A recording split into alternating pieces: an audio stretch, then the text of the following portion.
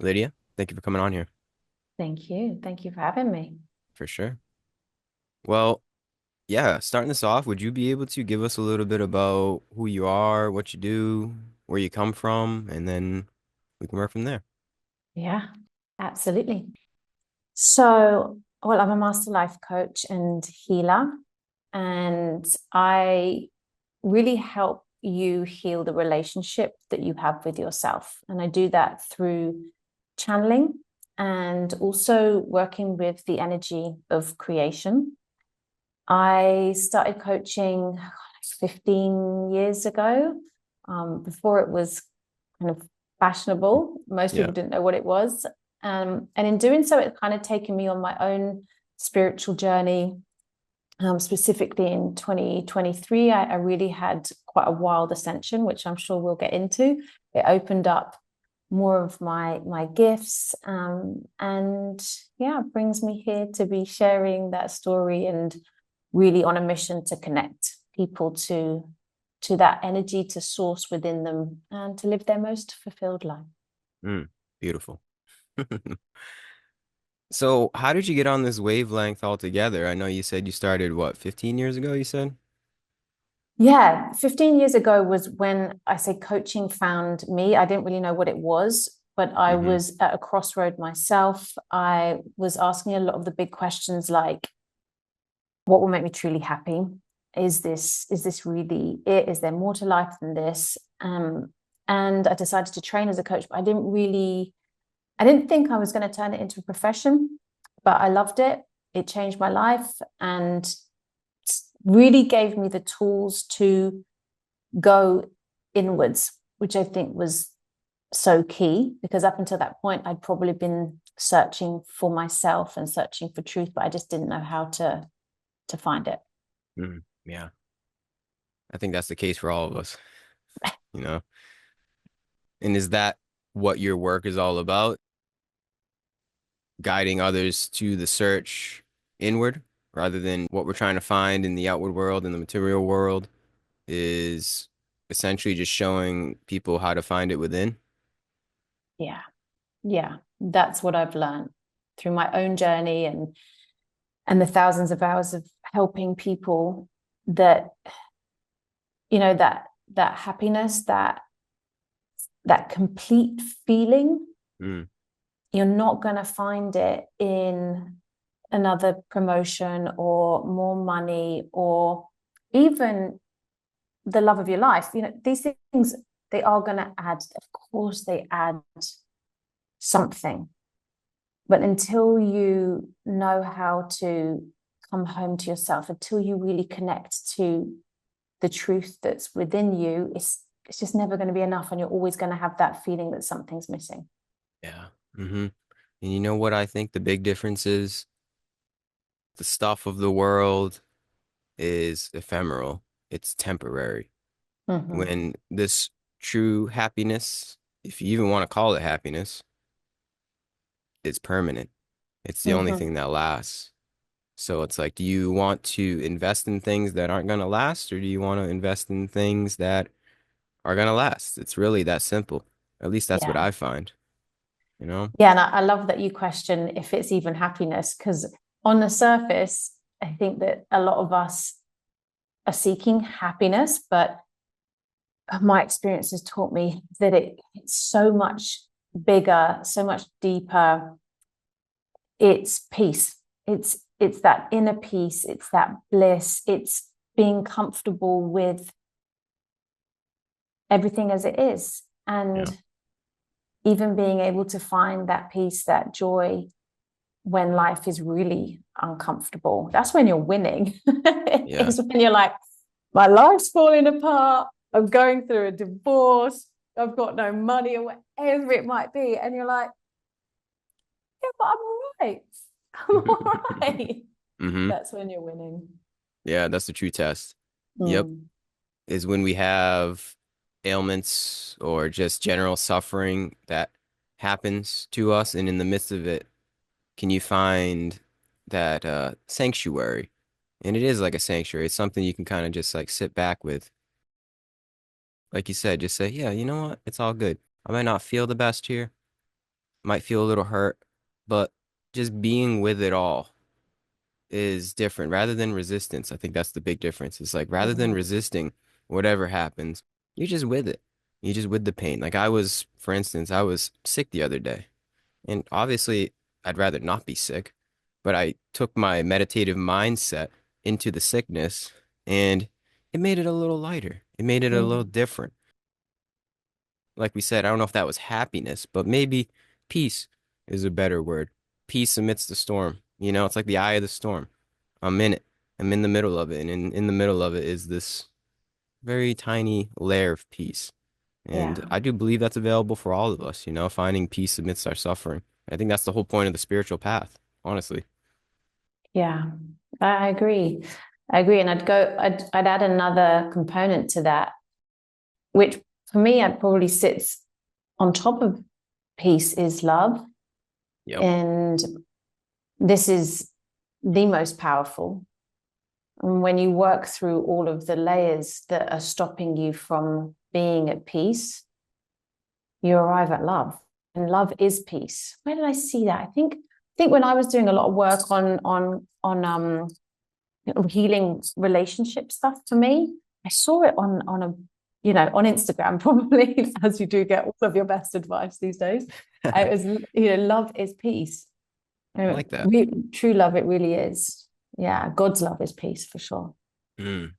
Yeah, and it goes beyond love as well, or at least how we think of love, how the mind wants to think of love. Yes. It's way beyond that. Unconditional love, maybe, is a little bit closer to the truth. But Mm. yeah, in that peace is love. Mhm. That's priceless. That is the permanency of not only what we can feel, but what we are too. I feel that I am love. Like you become the love. From the peace, you embody the love to kind of spread it, you know, spread the love a little bit. But that just comes along the way with feeling the love inside, you know, within Yeah. yourself. It's like, what am I going to keep it to myself? No, I'm going to share the love. Oh yeah. Hell yeah. Get that love out there, share it. You can't not, because you come Yeah. home to yourself, right? That you're coming home to yourself. When you come home to yourself, you realize that you're not separate from self. Then when you're not separate from self, you're one with everything and you are everything. And so then the love that you have coming through you for you, you share with the world. It stops being service to self and service to all. And Hmm. it you can't not when you unlock that and you connect to that, it's unstoppable. It's Unstoppable. the natural force that has to express itself in that way. Yeah. Mm. Yeah, it has to. It's like, what am I going to not love myself? Because that's what I see from this vantage point. I see others as not really others. Almost like right now, look at your hand. Do you feel your hand is a part of you? Yeah, obviously, because I feel it's connected. Well, that connection I feel to others, even though they might be in a different place. I'm over here, they're over there. It's like, it's all one thing. It's all one, it's almost like another extremity, you know? So, how can I not? Like you said, it's just like the natural flow. It's the natural motion of God. I don't know. It's the natural motion of just being, really, and just coming back home. You know, there's nothing, um, there's nothing. What's the word I'm looking for? It's not hard. You know, it's not hard to embody love. That's the thing. That's what we're supposed to do here, right? Do you feel that? Do you feel like this is just being human? Is being love?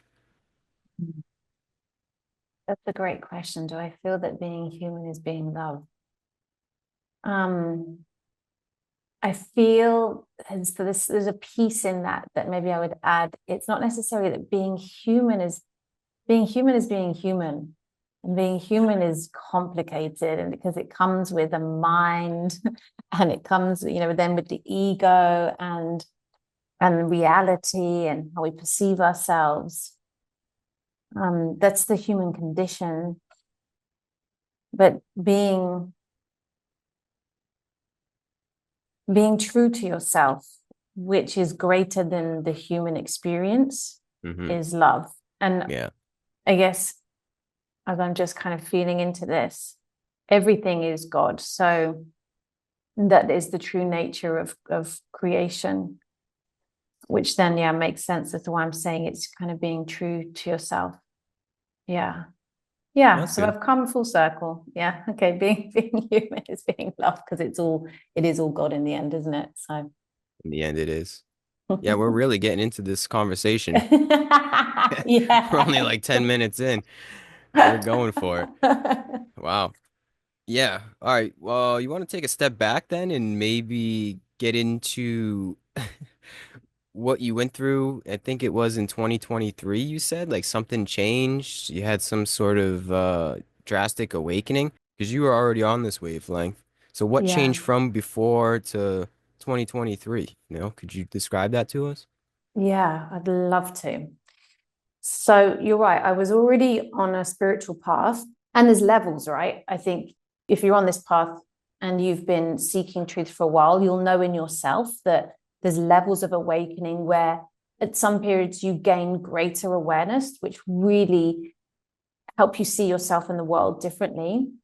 When had I was going through a really difficult time whilst also experiencing a lot of success. So I was going through the breakup with the father of my child. And also my business was really, really, really busy. And I'd kind of reached a point where externally, I was living what I had set out to accomplish. So I had this big house, with this pool, and I was earning all this money, and I was doing all the things that looked like I was really successful. Yet on the inside, I kept hitting burnout because it was too much. I couldn't hold on to everything. I was juggling too much. And I remember really clearly saying to God, I don't think this is what you wanted for me. I think Mm, I've got lost somewhere along here, that this is maybe what society said was going to make me happy, even though that's at the same time what I had been teaching, right? mm, Um, this feeling, it's got to be easier. That was what I was asking. If it's easier, show me how. uh-huh. And then something happened around that time that really pushed me into burnout. And I found myself down the back of my garden on my knees. This isn't the first time I've been in this position, just surrendering, but so deeply that I said, you can take everything that I know about myself to be true. Take my business, take my home, whatever it is that I'm attached to, take it so that I can see my true self and that I can see my true purpose. And then I went into this 10 days of absolute complete spiritual bliss where it felt like I wasn't thinking. And I was just sitting on the beach in stillness, really speaking with spirit, and no need to push on or move forward, just being in this stillness. Then I needed to get back to work, but I really, really simplified massively and just cut everything right back as quickly as I could to allow what I knew was going to come through, but also, didn't know. And then early January 2023, I started to feel every time I was meditating, this energy was coming into my body. And I started to trust more and more. And as I did, my hands started to move. And then I was clearing energy from my body, and it turned into these full activations. And over that year, I had around 100 activations that were in collaboration with spirit. Sometimes I was receiving messages. This is how the channeling activated, reading light code.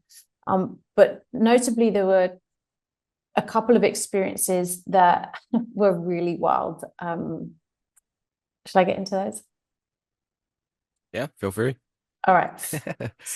So the first one was, it was around May that year, and my mentor had passed away. And the day after he died, he started speaking to me. And I was corroborating this with his wife because he was giving me messages for his wife. And then one afternoon, I was really connecting to his energy. And as I walked back into my living room, it was as if I'd been kicked in the back of the knees, and I fell to kind of sit on the sofa. as I sat down, I heard his voice up here saying, "Don't worry, everything's going to be okay." And then my hand just lifted up without me, it wasn't me doing it. My hand lifted up, and whilst it was in the air, I saw seven blue cloaked beings appear in front of me. And they said to me that they were taking care of me now, and that I was going to find out exactly who I am, why I'm here, and that my energy is my currency. And then after that, it was like everything just sped up. It went so, so fast. And I understood through some divine synchronicity that a book found its way to me where I understood who these blue beings were, that they were my spiritual counsel, and I'd kind of gone to a new spiritual counsel that were guiding me. What was the book? It's called Journey of Souls. Have you read it? I think I've heard of it, but no, I haven't read it. It's so helpful for understanding what goes on in between lives. So it's about a hypnotherapist who ends up taking people through recalling their life as a spirit in between reincarnating. Wow. And he has thousands of cases of people saying the same things. What happens once you pass over? Mm. Uh, it's really interesting. And it really helped me at that time. It was what I needed at that time. And then later that year, I had another one of these experiences where God came in very strongly and said, are you going to accept your mission now? You've got to remember who you are. Jesus appeared to me and said, we're going to give you a different kind of baptism, pulled out the baptism I had as a child. John the Baptist came in and they gave me a baptism of light. And I understood that all of these activations had been resetting my nervous system to hold very high frequencies of light. And ever since then, I've just been in deep, strong communication with Jesus, with other beings who are guiding me. And it led me towards eventually, early this year, studying how to connect to the channels of miracle energy and use that to help heal people. Wow. That's Yeah, powerful stuff. it's been a ride. It has been a ride. Yes. Wow. Well, I think you adequately described surrender, like giving up your human will, your human wants to a certain extent, and saying, hey, do what you want to do. Thy will be done. And then I think if you open up that channel, if you open up those gates, then the spirit will flood in, whether it's Jesus or those beings, just something else that's greater than yourself. But you got to be open first. Yeah. I think that's where the spiritual path leads.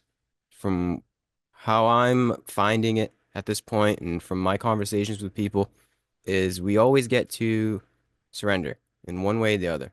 Just Mhm. give it up, man. And when you give it up, you can have it all. Oh my goodness. That's the irony. Yeah. When you finally get to it, I mean, me, I was 40 and I'd surrendered before, but I'd done it in a way of I was still attached to an outcome. So it was like, oh, look at me surrendering. Now what do I get? Yeah, And this that's the time it key. really was. Yeah. And it's a shame that we have to sometimes be broken and brought to our knees. Yeah, It seems that is usually the way as well, is that it's not until you realize you really can't do it on your own that yeah, you get out of the way. yeah. It's kind of silly to think that you can do it on your own, but that's how we're conditioned. That's Yeah. especially the Western world, you know, Mm-hmm. pull yourself up by the bootstraps attitude. No, no way. There's no way you can do it on your own.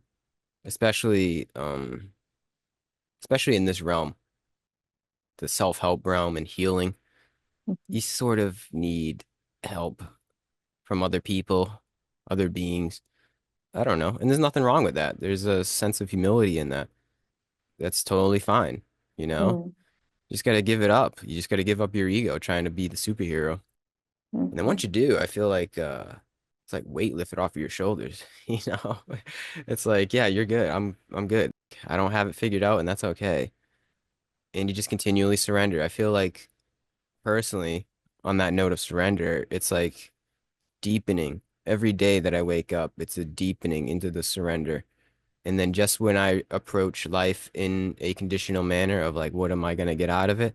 Some kind of lesson gets thrown my way to, I was going to say humiliate me. I don't think that's the right word, but it brings humility in.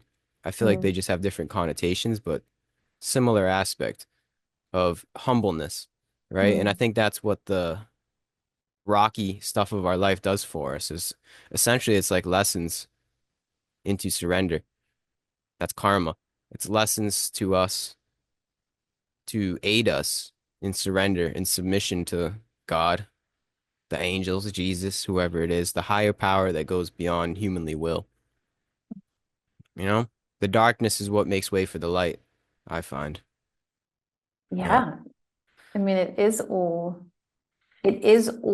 part of original creation.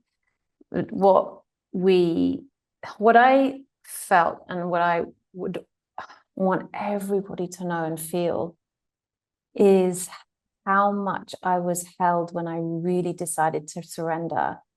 It felt like, I don't know if you if you ever did this. I went to drama school, and I remember so often we did this practical exercise where you pair up and it's a trust exercise and one of you has to fall back and the Oh person yeah. catches you. Yeah, it's Hmm. like drama teachers classic, right? um and it really felt like I'd done that and I was being held by the most loving, the most supportive energy that I'd ever experienced and still am. But you can't let that in. It can't get in whilst you're resisting it by trying to. It's almost there's a weird conflict here because you have to take full responsibility for yourself and for your happiness, but at the same time, you're not entirely responsible for everything. Yeah. And so there's they're both working alongside each other simultaneously, and the heaviness that gets lifted when you finally say, "Okay, I know nothing. I Yep. know nothing. I'll do what you think is best for me." Hmm. It's it's Yeah, it's everything. peculiar in that way. It's a simultaneous surrender and sovereignty. It's Mm-hmm. like we use our sovereignty, we realize sovereignty to deepen the surrender. It's again ironic, somewhat a Mm-hmm. joke, but yeah, I don't think there's any other way. There's no other way. You have to surrender, man, or you're gonna get taught some more lessons. Oh yeah. Yeah, Yeah. I feel that. Mm. But do you ultimately feel from this surrender again that happiness and peace? You know, is that really the end goal? If there is an end goal, is surrender, devotion to God, and then in that devotion is the only path to peace in the human experience. Hmm. I think, and I'm still the pupil, right? Always the pupil, the student, Always the but student. there's definitely it's not just surrender and done. It's surrender and devotion. The devotion must continue. This thing of, where your attention goes grows. And when you really connect to the energy of all things, when you really feel that divine presence, you want to keep your attention on it. And that's where the devotion is. That then your job on the daily is to keep looking towards the divine energy, keep inviting God in, keep noticing where you're believing in your struggle, keep Mm, noticing where you are being fooled by the illusion of this planet that anything has to be hard, mm, because it doesn't. It really doesn't when you remember to call God into your heart and ask for it to be easier or more peaceful or whatever it is that you need. This asking it is given. I'm really playing with that at the moment. And I used to, I think I was playing with it before based on like a manifestation level, but I just, you know how you start to, you know something and then you know it and then you know it. You kind of play with it more. I'm really playing with that, asking it is given at the Mm, moment. It's fun. yeah. Ask and ye shall receive. Hmm.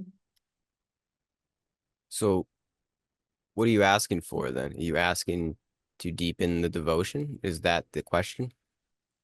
I'm playing with noticing where I'm still believing in the struggle and how quickly I notice and how quickly I remember to just give it to God. And so in the giving it to God, I'm asking for what I need in that moment. Like, oh, I see that I got caught up in the anger and frustration of parenting my son. I need peace. I need to see the truth of this situation. And it's just how quick I remember, and that I don't need to, I don't, I don't need to, I don't need to be in it. I can rise above it with the help. Yeah. Yeah. So it's not any specific question. It's kind Mm. of circumstantial. Yeah, Yeah. exactly. Yeah. I think that's an important point because it's not like the stuff of our life disappears once we realize God, once we realize a higher power. It's like you have a helper, you have an aid amidst the stuff of your life, Mm. Hmm. right? It allows one to, yeah, you said transcend, maybe yeah, transcend's a good word, but Hmm. it's like a suit of armor. It's like well, whatever's happening in your life, you can ask, you know? Stuff doesn't Mm. disappear. It's not negation. It's not like you go live in the woods and become an ascetic. If anything, you go more into it, right? You get more into Yeah. the stuff of your life. Yeah, it makes it an adventure. Yes. Yeah. Yeah, there's Yeah. always that intuitive guidance, I feel, right? Do you feel that? Like this intuition guides the way, like you ask the question and then there is the answer that is within that goes beyond the mind, goes beyond what the mind wants to say in a Hmm. rational, logical form. There's just like this resonance that you feel. Yeah. It's something I've been needing to work on in this realm of intuition is really pulling it right back, because I think subtly what I hadn't noticed I was doing was receiving intuition and then adding my own interpretation, or Yeah. and which was probably connected to my own will, my own desire, a subtlety of control. Oh, I know what this means. It means, and then I join the dots, and it's because I'm going to end up there.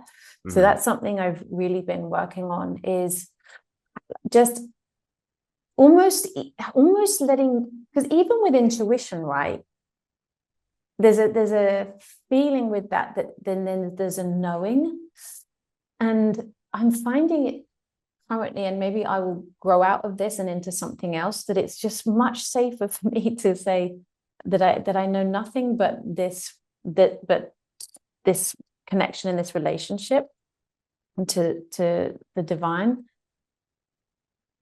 and what is meant to be will be, instead of thinking that even receive intuitive guidance. But then that said, there are definitely there's a sensing. I have sensings around action I'm supposed to take, and I Yeah. take it, but without knowing why.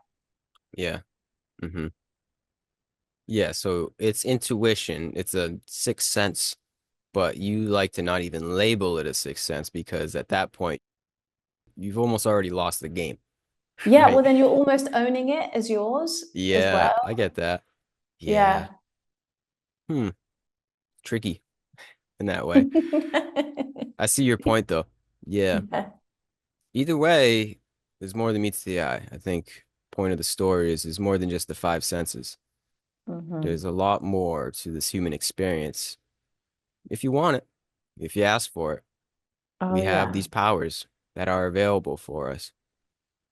You can connect to everything. There's what the thing I've learned, which I love so much about channeling, is literally everything is conscious. So I can channel the consciousness of somebody's heart. I can channel a tree. I can channel a dog. I can channel beings on other planets.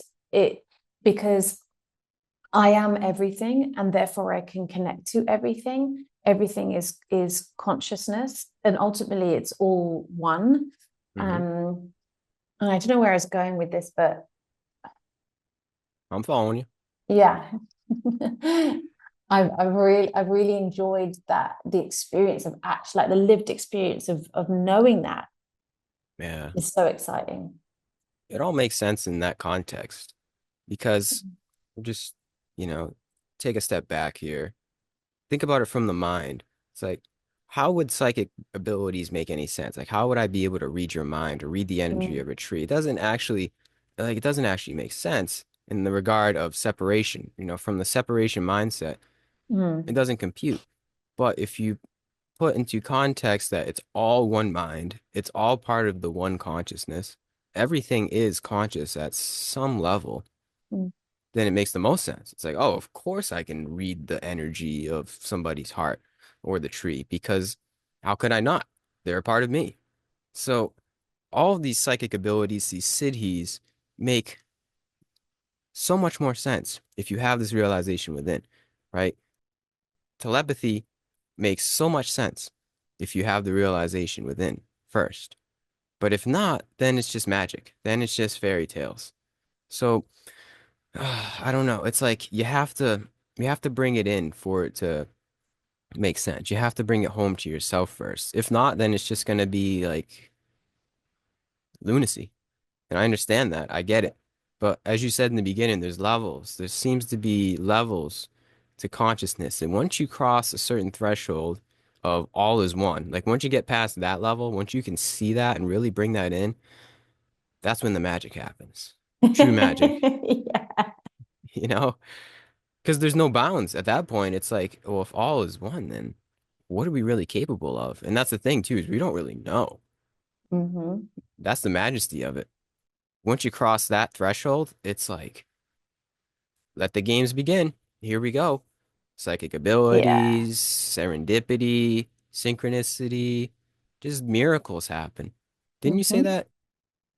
You're creating some kind of miracle framework or So something like that? I'm working through a process. It's a long process, and it's a lineage where we you purify your soul, your energy to connect to specific channels so that you can be a channel for miracle energy, which is essentially Mother Divine energy. You're not connecting to it directly. You go through a master who's not in physical form, like Jesus, or the two others that I work with, Sri Kaleshwar and Shirdi Baba, are in this lineage. And then you're able to pull that energy through, and essentially, it's doing what Jesus did, and he was Mhm. an energy healer, and these are the same techniques that he learned himself. I am not there yet, but this Not yet. is the practice. And really the key component that I'm learning is faith. I think once Mhm. you get to that, I am one with everything. And then you start to deepen faith and really see where there are gaps in your faith because of your belief system, because of the ideas that you have. That's what brings this all through. And you really see and understand what you're capable of. Very good point. Hmm. That's what Jesus was trying to tell us. Yes, I believe so. Yeah. You guys had some faith, you can move that mountain. That's what you Yeah. were saying. But nobody had the faith. Mm. Yeah. True faith. Not outward faith, inward faith. Hmm. Hmm. Yeah. Mm. That's the tough part, right? That's the tough part. But that's all through devotion. As we said, it's all surrender and then the faith comes in. Yeah. Yeah. To practice.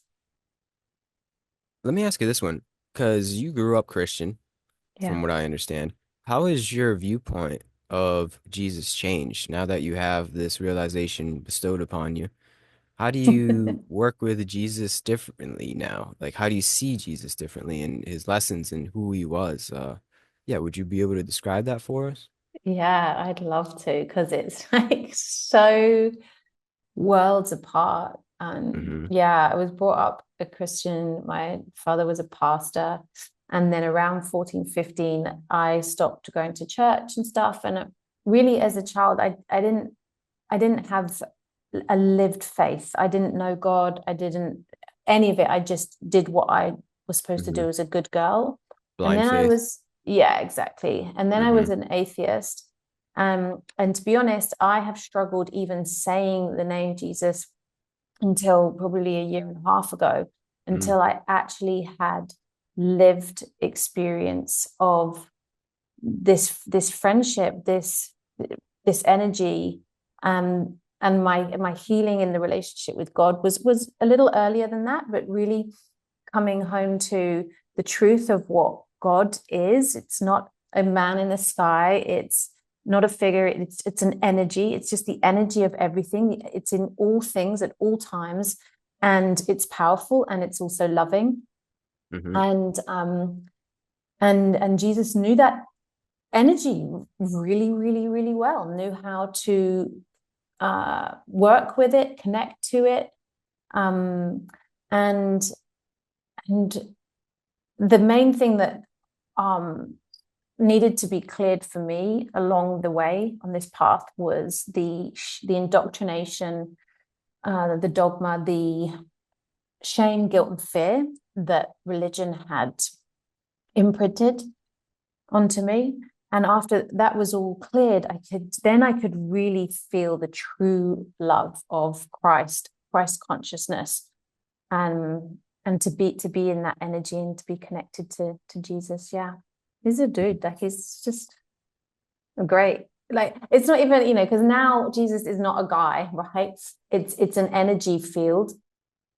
Um, and so, but you as a human, we still like to humanize things, but when I'm connecting, it still feels masculine. It feels like a guy, but I don't know. That's obviously because of what I what I know or have Hmm. understood through Yeah. history stuff. Well, I think the big difference between fundamental Christianity, where you came from, and this true Christianity Mm, is not just stopping at the dude Jesus, right?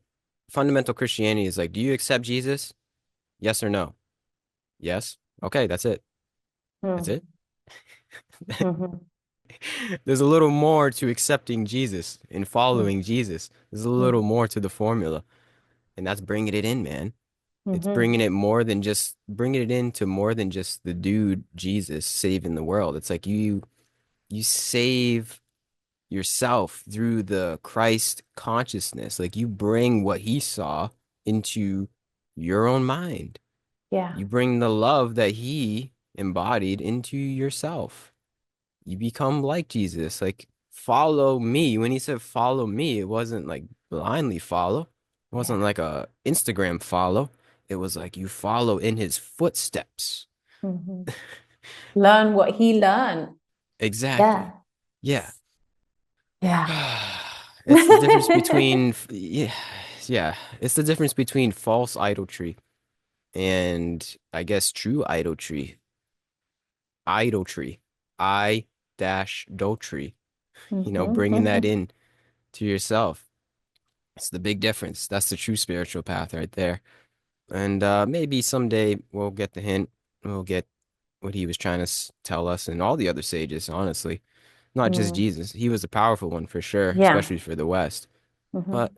all saints and sages are saying the same thing at the end of the day. They really are. They really are. Mm, When you come to this from a space of curiosity, which is where I've been. I left home at 16, and I feel that ever since then I've really just been curious to know truth. I want truth. I want truth. I want truth. Because when you've been told something so with so much righteousness that then you realize, well, this actually isn't making me feel good. I don't feel anything. You really then I was so hungry for truth that you cross reference, right? You don't get stuck mm, to one thing and you read everything. And eventually, when you've read enough and you've watched enough, you can see that everything's saying the same thing, just slightly differently, but you can pick out the core of this and see that it fits into one model, right? Yeah, And when you then come to that model, it feels true. It that's feels it. true. Yeah. The truth is one, and the wise call it by many names, I like to say. Mm-hmm. Mm. Mm-hmm. Yep. And if you let that curiosity lead the way, you will find that truth that just feels right. Mm-hmm. Yeah. And ultimately, I think it's just all about remembrance. It's all just a reminder. All of these teachings from the sages and saints of the past are just pointers. They're just like trying to bring you back to you. And if it's not, then it's just another false idol. Then you should run the other way. Every good Mm-hmm. teaching is just a reminder, I like to say. Mm-hmm. And on that note, I thank you for coming on here and reminding me, helping me remember. Seriously, wonderful talk. We got right into it real quick. Yeah. We covered a lot of ground in the amount of time that we talked. But Mm. yeah, I think we can probably start to wrap it up. But do you have anything else you want to say before we do? Thank you. Thank you for this illuminating conversation. They're always my favorite. I always like to just end on reminding anybody who's listening that you are loved so dearly. Mhm. You really are. So, whatever it is that you are struggling with or still not finding the truth of, just really know that there is this loving presence that wants to guide you and hold you. So, just invite it in, surrender, and just have the best day. Amazing. Well, you have a good day as well, Lydia. And yes, always and forever, we are loved. Thank you. It's the truth. Might sound a little corny, but hey, it's the truth. It really is. On that note, I thank you. Thank you. Peace and love to you. And peace and love to the listener. Goodbye, everybody.